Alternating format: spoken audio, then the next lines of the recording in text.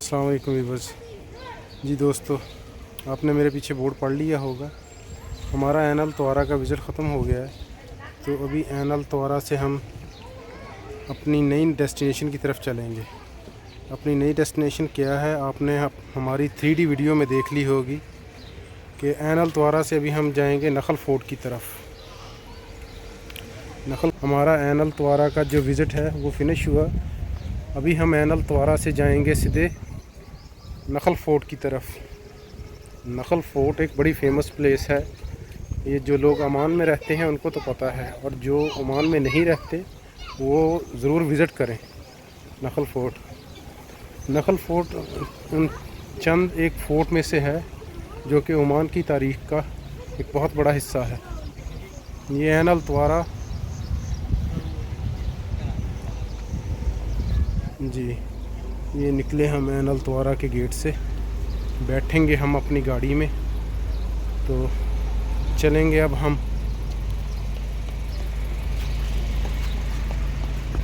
नखल fort की तरफ। सही है दोस्तों, आज चलते हैं हम। नखल फोर्ट जो कि ओमान के सबसे मशहूर फ़ोर्ट में से एक है। ये फ़ोर्ट पहाड़ों के बीच एक ऊंची चट्टान पर बना हुआ है, जो कि इसे एक बहुत ही ज़बरदस्त व्यू देता है। इसकी हिस्ट्री काफ़ी पुरानी है। कहा जाता है कि इसकी बुनियाद प्री इस्लामिक दौर में रखी गई, जबकि बाद में यारूबा डायनेस्टी के दौर में इसे मज़ीद डेवलप किया गया। यारूबा डायनेस्टी क्या है ये मैं आपको अभी जाके किले में पढ़ के वहाँ से फिर बताता हूँ। जी दोस्तों, तो चलते हैं नखल फोर्ट की तरफ। नखल फोर्ट जो कि पुर्तगालियों के हमले रोकने के लिए बनाया गया था। जैसा कि आप में से बहुत सारे लोगों को पता होगा जिन्होंने हमारे प्रीवियस व्लॉग देखे हैं कि पुर्तगाली यहाँ आए थे 1500 हिजरी में, ईस्वी में, और फिर यहाँ से गए थे कुछ 1700 में, और 1500 से 1700 के दरमियान यहाँ पर बहुत सी जंगें हुई हैं। तो ये किले उसी दौर में बनाए जाते थे। ये सारा एक यारूबा डायनेस्टी का हिस्सा है, पार्ट ऑफ यारूबा डायनेस्टी है। तो इसकी पूरी तफसील मैं किला से जाके वहाँ से पढ़ के बताऊँगा आपको बेहतर।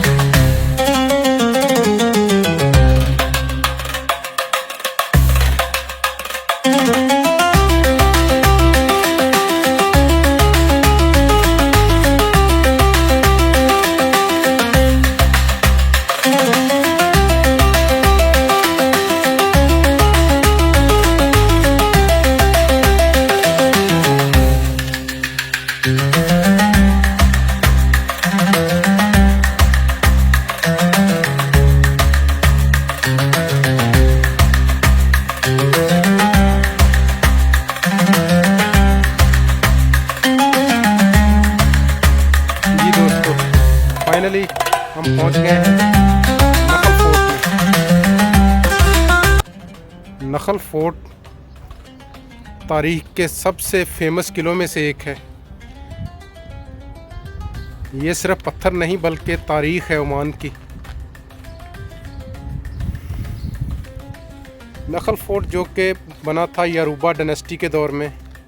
अभी यारूबा डायनेस्टी का क्या है ये मैं आपको तफसील ऊपर चल के बताता हूँ। चलें ऊपर चलते हैं। ये देखें एंट्रेंस पे toilets, ticket office, fort entrance, यानी फोर्ट एंट्रेंस इंटर होंगे, आगे से टिकट लेंगे और टॉयलेट्स भी हैं यहाँ पर। तो चलें ऊपर चलते हैं।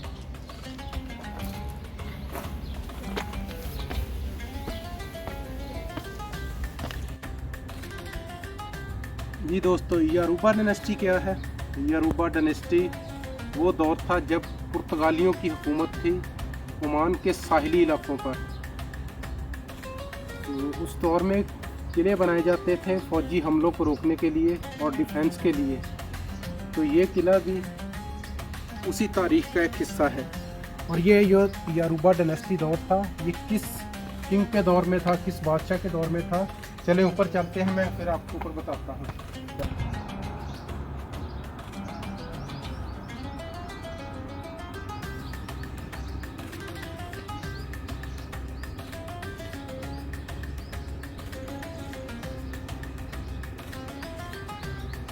यहाँ इंस्ट्रक्शन दी हुई है फॉरेनर्स के लिए, विजिटर्स के लिए।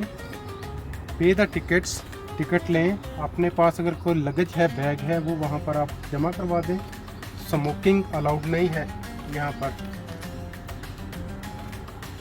और बच्चों को अपने साथ रखें टूर के दौरान।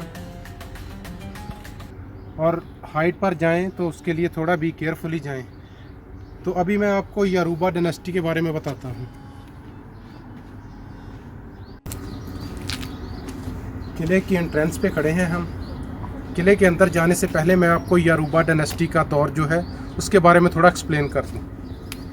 यारूबा डायनेस्टी इमाम नासिर बिन मुर्शिद के दौर में शुरू हुआ था, जब ओमान एक छोटे छोटे कस्बों में बटा हुआ था। तो इमाम नासिर बिन मुर्शिद ने इन सब को इकट्ठा किया पुर्तगालियों के ख़िलाफ़। पुर्तगाली यहाँ 1500 हिजरी ईस्वी में आए थे और 1700 में गए थे। पुर्तगालियों को यहाँ से निकालने में इमाम नासिर बिन मुर्शिद और सुल्तान बिन सैफ का बहुत बड़ा हाथ है। उन्होंने बहुत सारी जंगें लड़ी। ये किले भी उसी जंगों का हिस्सा है। ये जो किले जितने भी हैं इमाम नासिर बिन मुर्शिद के दौर में बने थे और सुल्तान बिन सैफ के दौर में इनमें और ज़्यादा डेवलपमेंट की गई।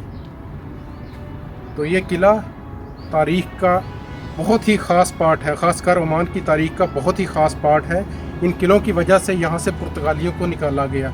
चलें बाकी किले के अंदर जाके करते हैं डिस्कस।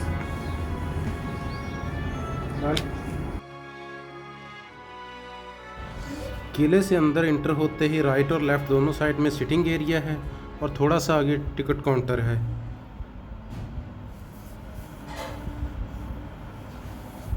हैंडीक्राफ्ट पड़े हैं, कुछ गन्स पड़ी हैं पुराने दौर की, और कुछ बर्तन पड़े हैं उस दौर में यूज़ होने वाले। और ये देखें ये सिटिंग एरिया है। ऐसे 4-5 पॉइंट बनाए हुए हैं। थोड़ा सा अंदर हो के लेफ़्ट साइड में ये डोर है अभी जिसके ऊपर ये एरो दिया है ना, यहाँ से अंदर इंटर करेंगे तो अभी ये पूरा किला विज़िट करेंगे हम। जी दोस्तों, स्टार्ट होते ही ये देखें कॉर्नर में दिया जलाने के लिए रोशनी के लिए है रखा हुआ है। और ये बोर्ड दिए हुए बताया हुआ है कि कैफ़े किस साइड में है और बाकी ये कमरे 8-10 इस साइड में है। तो चले हम फर्स्ट अपने रूम को विज़िट करते हैं। अभी यहाँ से जो नीचे जा रहा है ये है जेल के लिए, तय खाना है ये, इसका ज़िंदान भी जिसे बोलते हैं। और ये जो ऊपर का एरिया है ये यहाँ पर कुछ स्टोर्स वगैरह हैं। ऊपर का एरिया पहले विज़िट करते हैं, फिर हम जाएंगे अंदर और नीचे।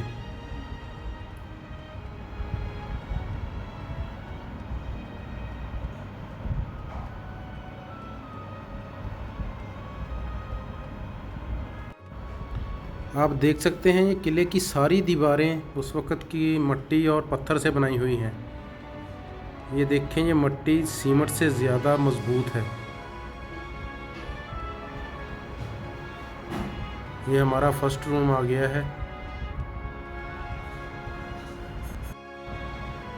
ये वेपन म्यूज़ियम है। ये देखें, इनकी जो ट्रेडिशनल जो इनका खंजर होता है, अभी भी ये अपने किसी भी फेस्टिवल में या किसी शादी वगैरह में या किसी भी गेट टू गैदरिंग में ये इसे अपने साथ बांधा हुआ होता है। ये जो बेल्ट थे, बेल्ट के तौर पे यूज़ होता था।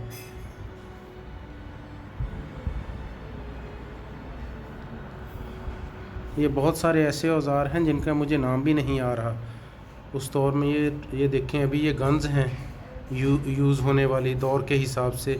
जैसे जैसे दौर जदीद आता गया और गन्ने चेंज होती गई, लेकिन चेंज हो के ऐसा नहीं कि आज के दौर की तरह कलेक्शंस हो गई, डिफरेंट थी।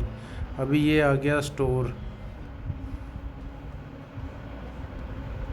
बर्तन रखे हुए हैं, हैंडीक्राफ्ट्स रखे हुए हैं यहाँ पर कुछ। किला अपने आप में एक पूरा सिटी होता था।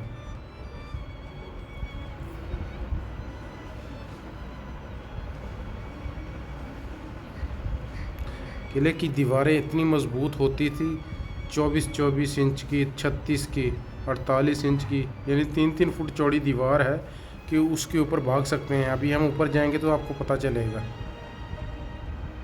ये आ गया हर्ब म्यूज़ियम। हर्ब, जड़ी बूटियाँ, जो भी तिब से रिलेटेड चीज़ें होती हैं वो यहाँ पर रखी जाती थी। और ये जो बड़ा सा जार है, ऐसे जार में बहुत सारी ऐसी जड़ी बूटियाँ, यानी जिसे केमिकल कह लें, जो कि आने वाली दुआओं के लिए इस्तेमाल होता था, उसे प्रिजर्व करके रखा जाता था, संभाल के रखा जाता था।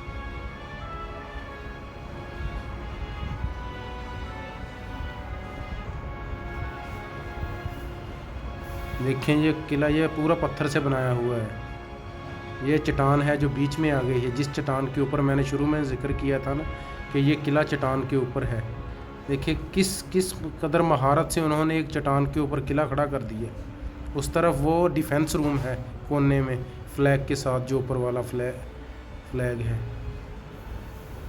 अभी यहाँ पर ये लिखा हुआ है जेल वगैरह। हम यहाँ से अंदर जाएंगे,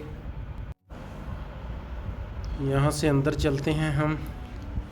ये है इधर इस साइड में, हरे लेफ़्ट साइड में डेस्क रूम था, और ये है जेल का एरिया। ये जब हम इंटर करने लगे तो एक मैंने बताया कि ये नीचे तय खाना है, वहाँ से और यहाँ से ऊपर से भी दोनों तरफ से जेल में जा सकते हैं। ये कह लें कि जेल की रिसेप्शन थी।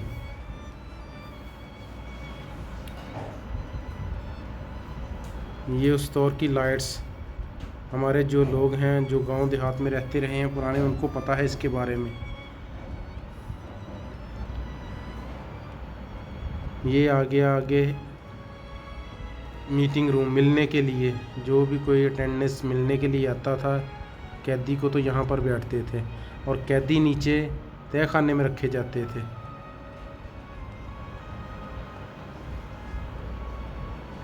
ये देखें, जिसको हार्ड सज़ा मिलती थी, बहुत सख्त सज़ा मिलती थी, उसे ये दोनों हाथ इसके अंदर रख के इसको लॉक कर दिया जाता था।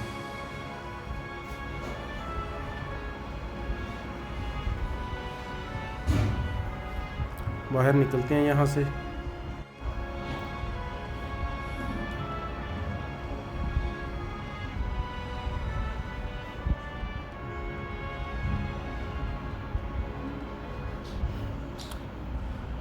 खालस लकड़ी के दरवाज़े और बड़ी बड़ी दीवारें।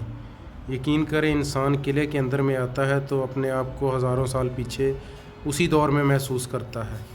मैं कर रहा हूँ, बाकी मुझे पता नहीं किसी का। ये एक छोटा सा रूम है। अभी यहाँ से हम ऊपर जाएंगे। मैंने अभी आपको बताया था ना कि किले की दीवारें 36 इंच 48 इंचेस यानी 2-2 फीट चौड़ी होती हैं। ये देखें, ये दीवारें ऊपर से आप देख सकते हैं। इन दीवारों के ऊपर आप चल सकते हैं। ये एक साइड से आउटसाइड व्यू है। किले के चारों अतराफ में बागात हैं खजूरों के। ये व्यू एक साइड से है अभी। तो ये टॉप एरिया हो गया किले का। पहले हम ये साइड विज़िट करते हैं तो फिर हम दूसरी तरफ चलेंगे।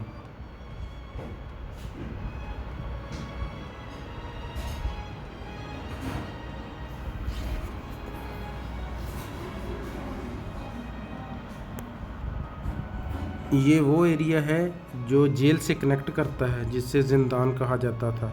यहाँ से ऊपर आने का रास्ता नहीं है, सिर्फ फ्रेश एयर के लिए है या कैदी बाहर निकल के धूप के लिए है, हवा के लिए।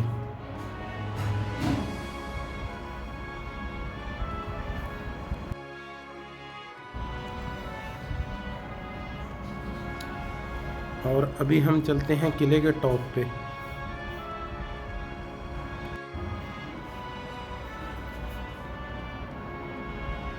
अपर साइड है ये। अभी एक साइड में वेल लिखा हुआ है यहाँ पर, वेल पानी लेने के लिए किले के अंदर अभी बंद किया हुआ है। विज़िटर्स आएँ या बच्चे वगैरह साथ हों तो उसे ऊपर से कवर्ड किया हुआ है पूरा। ये वेल है नीचे से पानी लेने के लिए डायरेक्ट।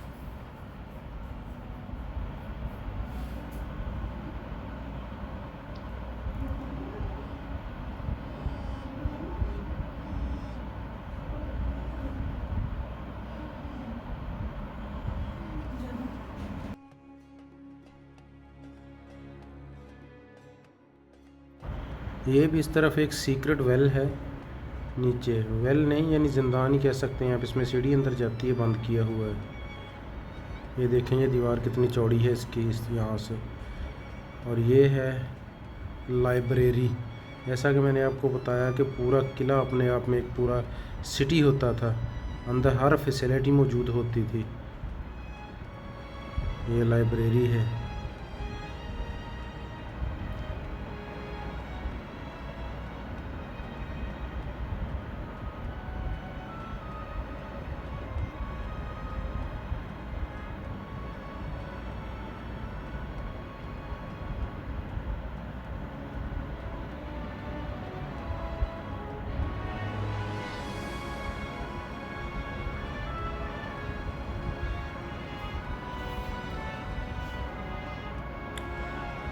आउटसाइड किले का व्यू देखें आप, दूसरी साइड से है ये। वो पहले एक तरफ से था, अभी ये दूसरी तरफ से। अभी ये सामने तकरीबन 8-10 रूम हैं, जिसमें से लड़कियों का रूम, बॉयज़ का रूम, वाली का रूम, सबका सेपरेट रूम है यहाँ पर। जैसा मैंने आपको बताया कि ये किला अपने आप में एक सिटी होता था।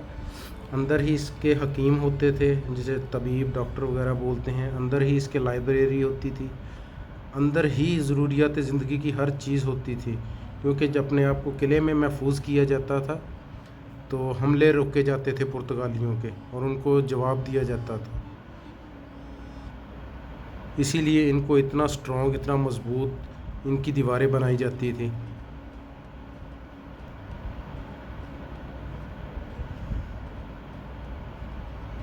ये जो रूम है, अभी एक एक करके सारे रूम विज़िट करते हैं, तो फिर दूसरी तरफ जाएंगे जो किले के टॉप में डिफेंस रूम है, उस तरफ।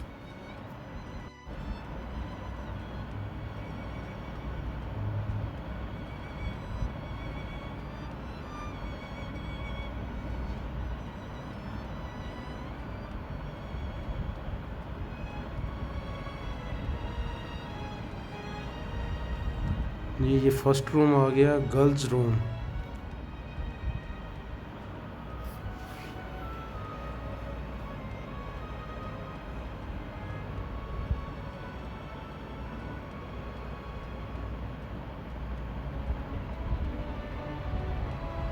संदूक रखे हुए हैं जिसमें कपड़े वगैरह रखते थे अपने।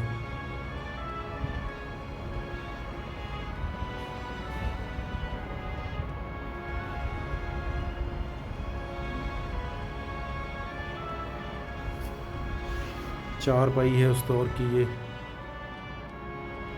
सिंगल बेड बोल लें जो आज के दौर में है। और ये आ गया अभी बॉयज़ रूम। ये लड़कों का कमरा है जी। इसमें भी थोड़ा सामान है, बर्तन है और संदूक वगैरह रखे हुए हैं।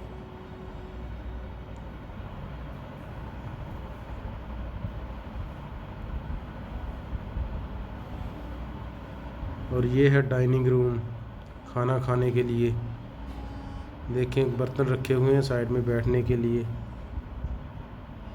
दस्तरखान उस वक्त मोस्टली सिटिंग डाउन अर्थ पर बैठ के, चटाई पर बैठ के खाना खाते थे।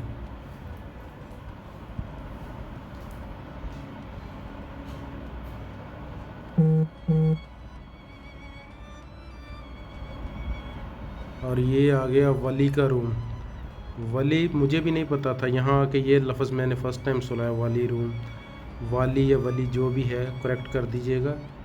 ये वली रूम है, यहाँ पर जो पूरी देखभाल करता था, जिसके अंदर सारा इंतज़ाम होता था किले का, लड़कों लड़कियों फैमिली सबके खाने का, हर चीज़ का, ये उसका रूम है वली का। ये उसको कह सकते हैं हम वज़ीर ख़ज़ाना जिसे बोलते हैं आज के दौर में। ये किले का वज़ीर ख़ज़ाना होता था। ये किले की दूसरी साइड से आ गए। अभी जैसा कि मैंने आपको बताया कि चारों तरफ बागात हैं, ये देख लें। अभी हम वो ऊपर जाएंगे जहाँ एरो है।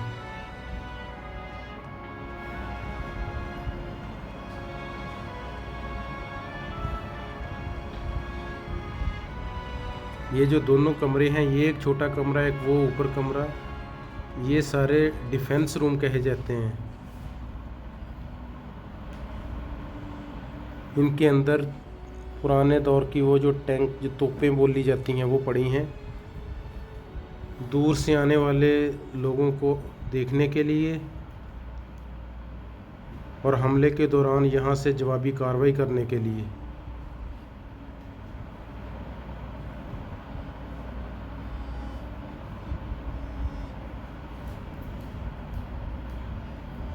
ये देखें,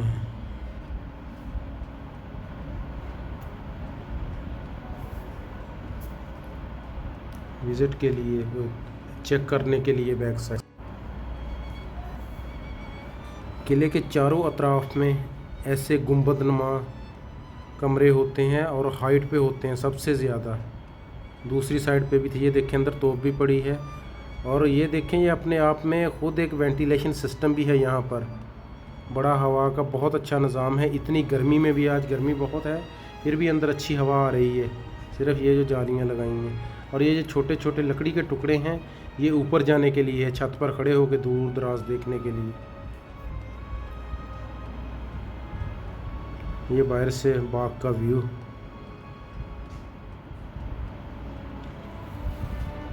अभी किले का वो एरिया भी विज़िट कर लिया हमने, तकरीबन चारों तरफ विज़िट कर लिए। ये जो राउंड राउंड से कमरे देख रहे हैं, ये सारे डिफेंस रूम कहे जाते हैं। इनको डिफेंस रूम भी कहा जाता है, और दूर दराज से आने वाले काफ़िले या दुश्मन को देखने के लिए भी हैं। ये एक और साइड इधर भी बाग है, देखिए अभी। और अब हम ऊपर जा रहे हैं, ये सबसे टॉप है किले का। यहाँ से पूरे सिटी का व्यू आता है, नखल सिटी का।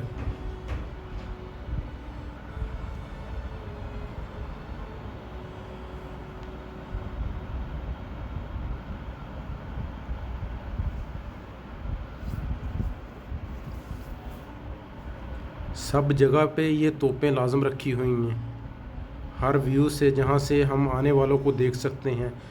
किसी भी तरफ से हमला हुआ तो उसको जवाबी कार्रवाई कर सकते हैं, ये देख के ऊपर से।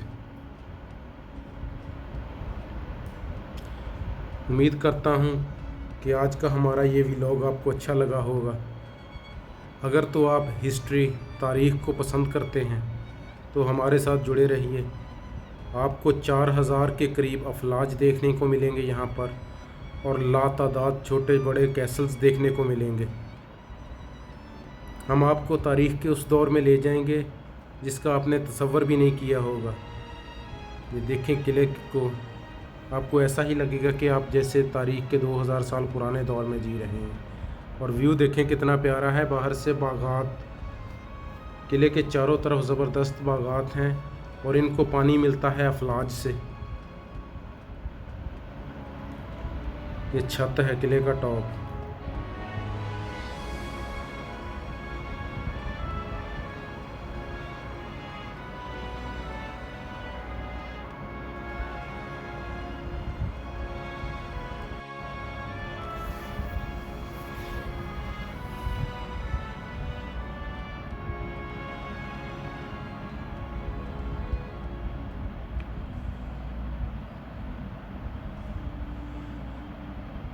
वो नीचे तय खाना है राइट साइड में जो डोर है, जहाँ से हम नीचे अंदर जेल में गए थे।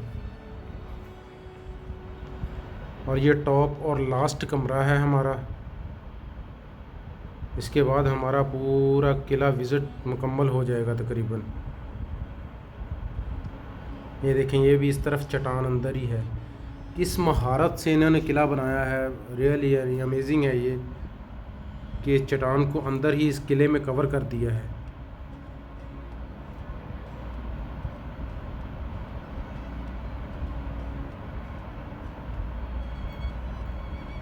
इवनिंग हो गई है तो लाइटें भी पूरी चला दी हैं तकरीबन। चलें, अपना ये लास्ट रूम है, ये विज़िट करके चलते हैं फिर। ये हमारा लास्ट रूम है। इसे समर ब्राज़र भी बोलते हैं और गेस्ट रूम भी बोलते हैं।